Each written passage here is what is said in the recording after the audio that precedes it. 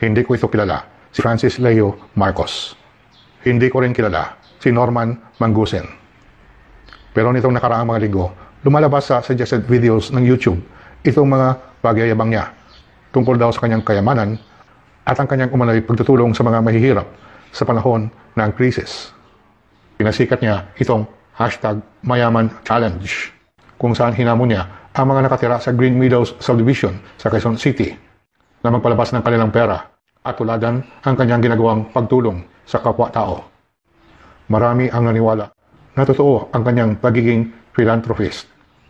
Milyong-milyong piso daw ang pinamimigay niya bilang tulong lalo na sa panahon ng COVID-19 pandemic. Francis Leo Marcos ay isang bogus, isang huwad, isang scammer.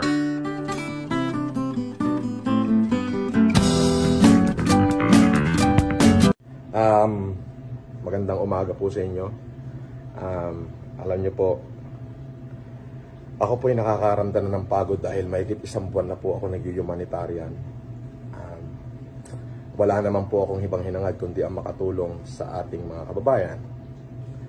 Ni minsan, hindi ko hinangad yon na manakit ng tao. Ngunit ang akin lamang pong pinagtataka ay sa kabila ho ng aking pagtulong ay napakarami ho talagang gusto kong pabagsakin. Kung ano-ano na ho yung ganyan lang ginagawang pamamaraan para pabagsakin ako. Meron dyan yung kunyari ay kakampi ko, bago'y hindi ko naman ho nakikita at nakakausap, bago'y sasabihin na minaliit ko siya. So hindi ko alam yan. Yan ay mga vlogger. Una-una, respeto ko kay Ate Perlita at saka kay Ate Pinky. Pasensya na po kayo. Pati na rin kay Manong Nonong na yung kanya pong kaluluwa ay sana'y sumalangit nawa po. Pasensya na po. Ayoko po talaga magbigay ng kahit anumang komento. Pero may mga bagay ho na hindi ko na ho kayang dalin ng aking puso. May mga bagay na hindi na ho kaya ng dibdib ko. Apektado rin ho yung mga kapatid ko, sa ina at yung ate ko. Apektado ho eh. Unang-una ho, mga kapatid, huwag niyo pong idikit yung pangalan ko kay Senator Amy, kay Bongbong, kay dating Senador Bongbong Marcos at kay First Lady. Huwag niyo pong idikit. Unang-una, wala po silang kinalaman sa aking ginagawa. But for God's sake, meron lang ho akong gustong sagutin. Ito hong matanda na ito.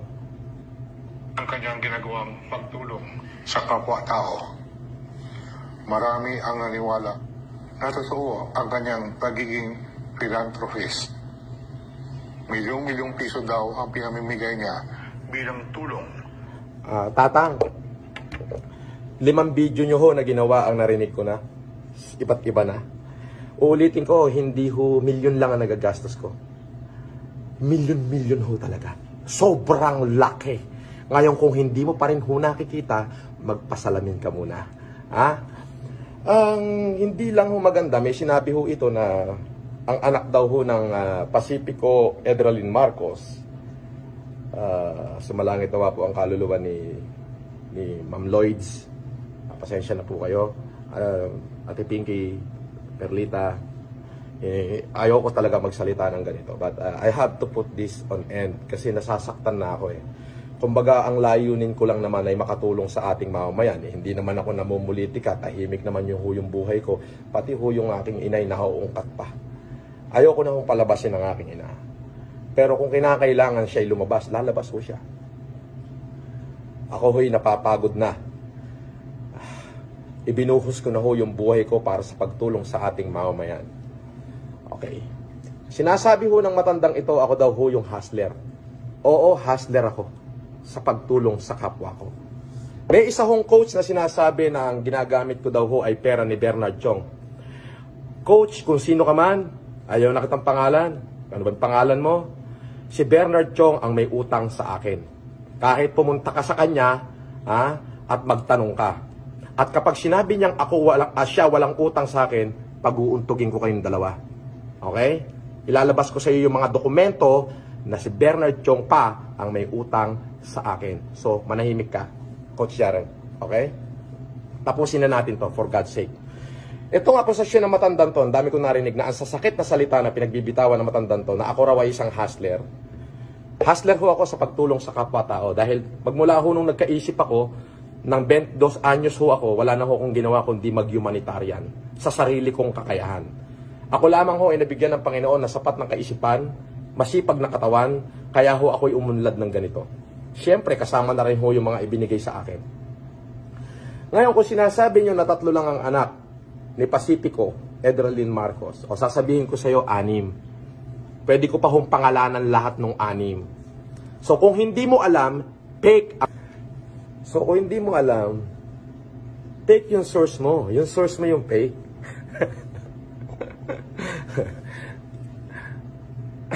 Natatawa ko sa inyo, Tata. Patingin nga uli ng mukha ni Tata. Pandemic. Nag-umpisa siya ng YouTube channel noong March 20. Ayan ho yung mukha ni Tatang. Ang pangalan niya, ano? Manuel Mejorada. Manuel Mejorada.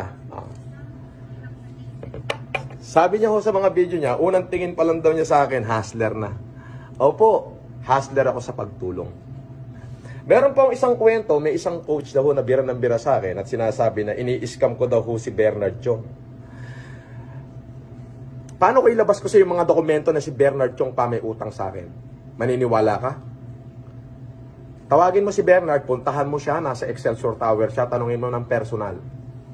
Pero hindi mo na matatanong kasi binlock ka na niya sa Facebook. Sinakyan ka lang niya nun. Binlock ka niya na. Hindi mo na siya matatanong. Ha? Okay? So, kalimutan. Tanongin nyo. Yung sinasabing ako daw ay nang-i-scam at si Bernard Chong daw ay aking financer. Brad, si Bernard ang may utang sa akin. Yes. I have all the evidence here. At lahat ng tauhan ko rito, alam nila kung sino yung may utang. Hindi ko ugaling mangutang at hindi ko ugaling mang-scam ng tao. Dahil marunong ho akong maghanap buhay at ako ho'y nagmana. Ako ho'y binigyan ng kabuhayan ng aking mga ninong, mga ninang, mga tsuhin, mga kamag-anak ko sa maraming angkan. Ngayon yung sinasabi nyo na may source kayo na ang anak ni Pacifico ay 3 lang. Si Mariano, Pinky, Perlita. Mali ho kayo. 5 pa ho ang buhay na anak ni Pacifico Edralyn Marcos.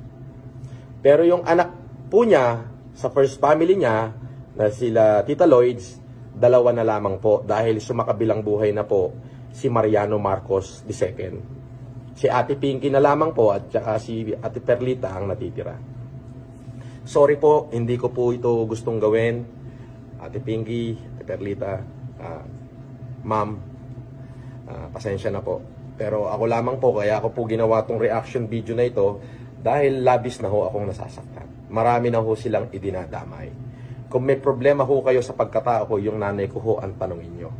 Pero ang natatandaan ko lang ho sa buhay ko, hindi ako nanghingi ng kahit anong pabor sa pamilya Marcos. Bagkus, wala ho ko sasabihin. Basta bagkus lang. Pasensya na po. Hindi ko po, I don't mean to say this, but Pinky, sorry. Pasensya ka na. Nasasaktan na lang talaga ako eh. Masakit na ho masyado. Pero yun lang ho. Anong pangalan na matanda na yan? Manuel Mejorada. Ito advice ko sa inyo, Tatang. Since puro kabastusan yung lumalabas sa bunganga nyo at puro fake news yung pinagsasabi nyo, pangalanan nyo nga kung sino yung nagsabi sa inyo kanyang source nyo na malapit sa pamilya Marcos. Sige na. Pangalanan nyo. Para makilala ko naman. Para masabi ko kung totoo. Kayo naman yung mga ibang basher, dikit kayo ng dikit na pinipilit nyo ko idikit kay Senator, pinidikit nyo kay Bongbong, kay First Lady. Bakit nyo gagawin yun? Unang-una, wala naman ho akong para sa kanila. Di ho ba? Kaya wag nyo na hong idikit. Okay, yung pangalan ko sa kanila. Kung ako'y Marcos, yun ay gusto ng aking ina. Ngayon, kung nababalitaan nyo ho na may nagsasabi dyan na ako daw ay anak ng Pasipiko, etc., etc., ay dapat ho, doon kayo magtanong sa anak ng Pasipiko. O, wag nyo hong kalampagin, wag nyo nang guluhin yung first family na nananahimik. Nananahimik ko si Senator Marcos, nananahimik si Senator Amy, nananahimik ang unang ginang. Ginugulo nyo. O doon ho kayo mag-complain. Doon sa anak ng Pasipiko, dahil napapabalita nga ho na ako daw ay anak ng Pasipiko. Balita lang ho yun. Ngayon, masasabi ko, kung sino ho ako, nanay ko ho ang gumawa niyan. Hindi ko ho yung kagustuhan. Kaya lang itong matandang ito, hindi ko alam kung gaano kabalasubas itong matandang to.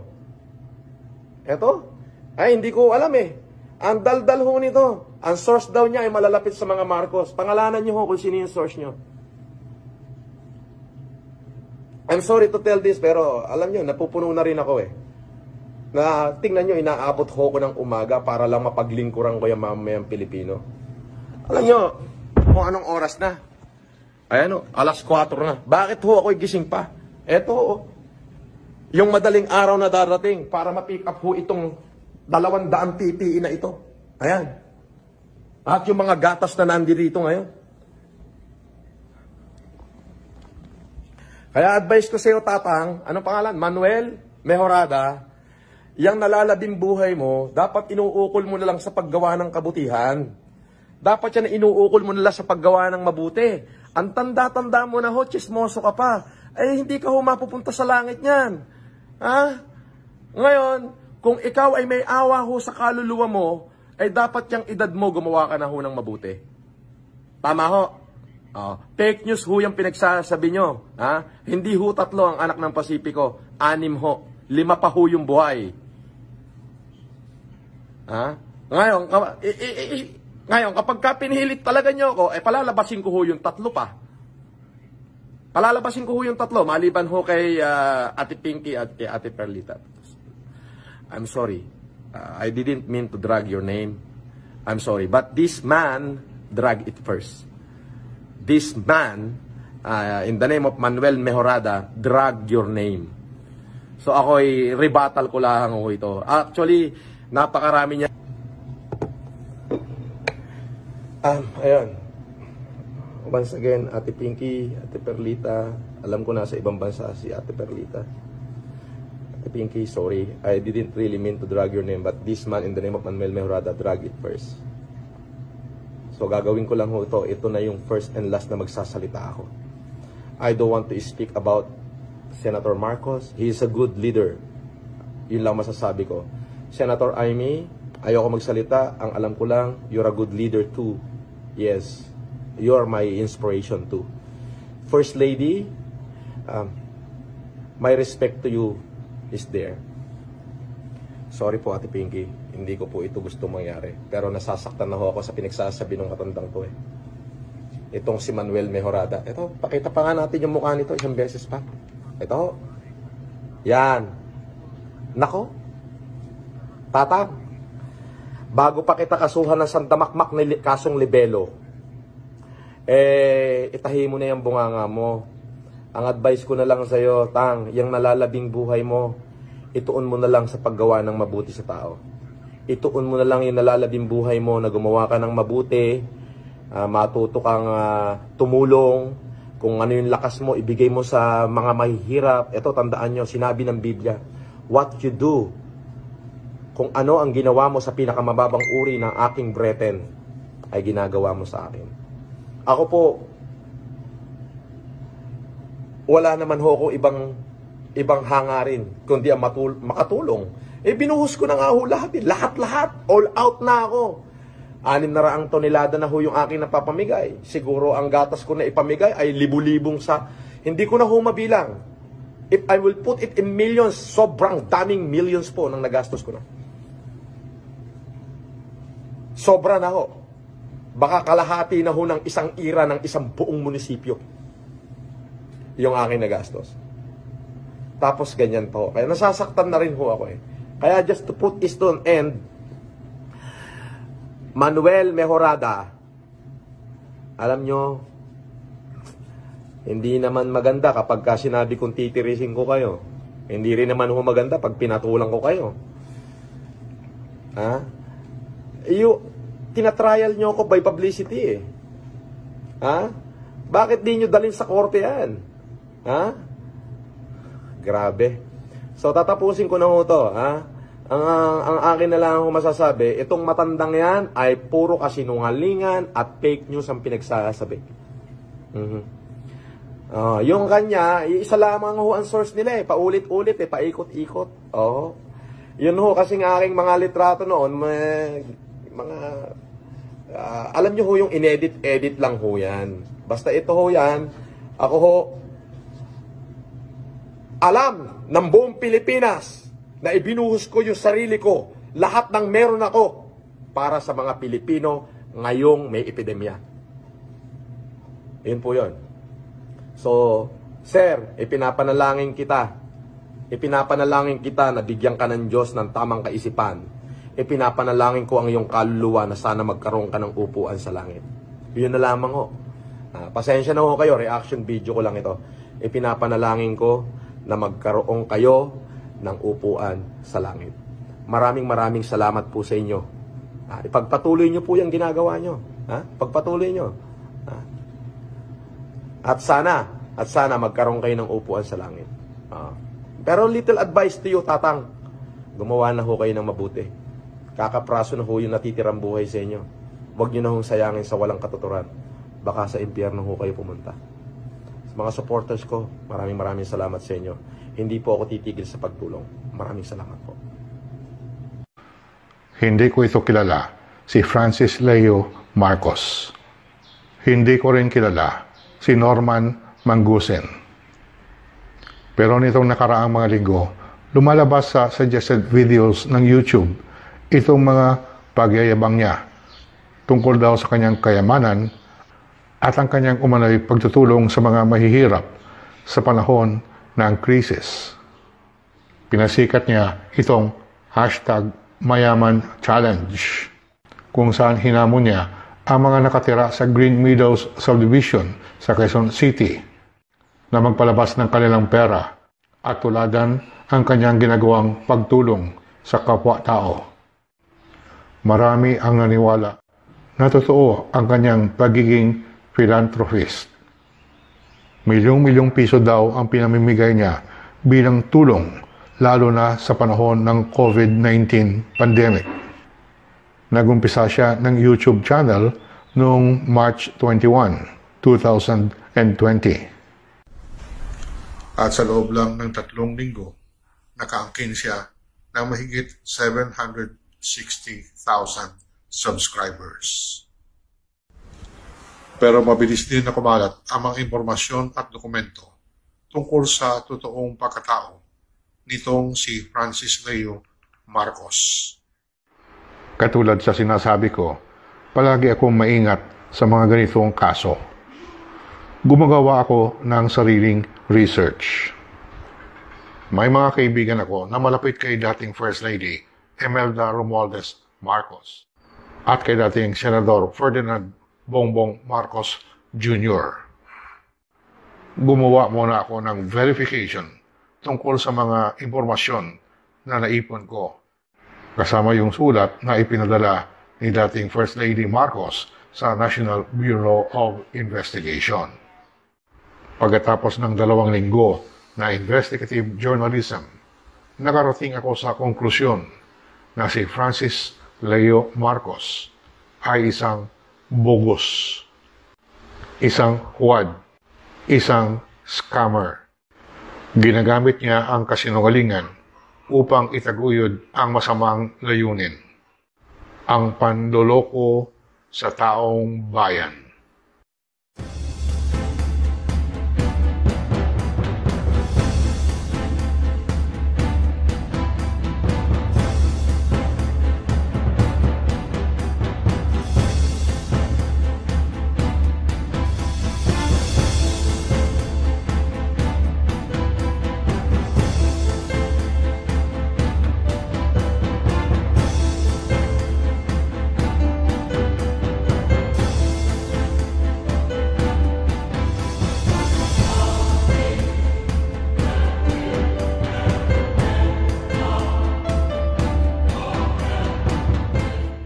Ako po si Manuel Boy Mejorada na nag-uulat tungkol sa mga natuklasan ko tungkol kay Francis Leo Marcos. Bago ako magpatuloy, gusto ko kayong imbitahan na mag-follow sa akin sa Twitter at sa Instagram. Nandito po sa lower right ang aking mga account names sa Twitter at Instagram. At kung hindi pa kayo nakapag-subscribe, napakadali lang po. I-click nyo lang ang subscribe button na nasa lower left ng inyong screen. And of course, huwag niyong kalimutan na i-like ang video na ito. Do not judge a book by its cover. Yan ang panuntunan na sinusunod ko sa aking buhay. Ayaw kong humusga kung ano ang isang tao base lamang sa kanyang mukha, pananamit at mga galaw. Pero sa unang tingin ko pa lang sa mga larawan ni Francis Leo Marcos, isang salita kaagad ang pumasok sa isip ko. Hustler. Hindi lang yan. Bogus. Huwad. Kung sa Ilonggo, tiyupi. Manloloko. Sa kanyang pananamit, sa kanyang mga posts sa pictures. Sobra ang yabang. At dahil sa aking mahabang karanasan bilang isang investigative journalist, may alarm bell kaagad na tumunog sa aking isip. May masamang layunin ang taong ito. Ginagamit nilang ang imahen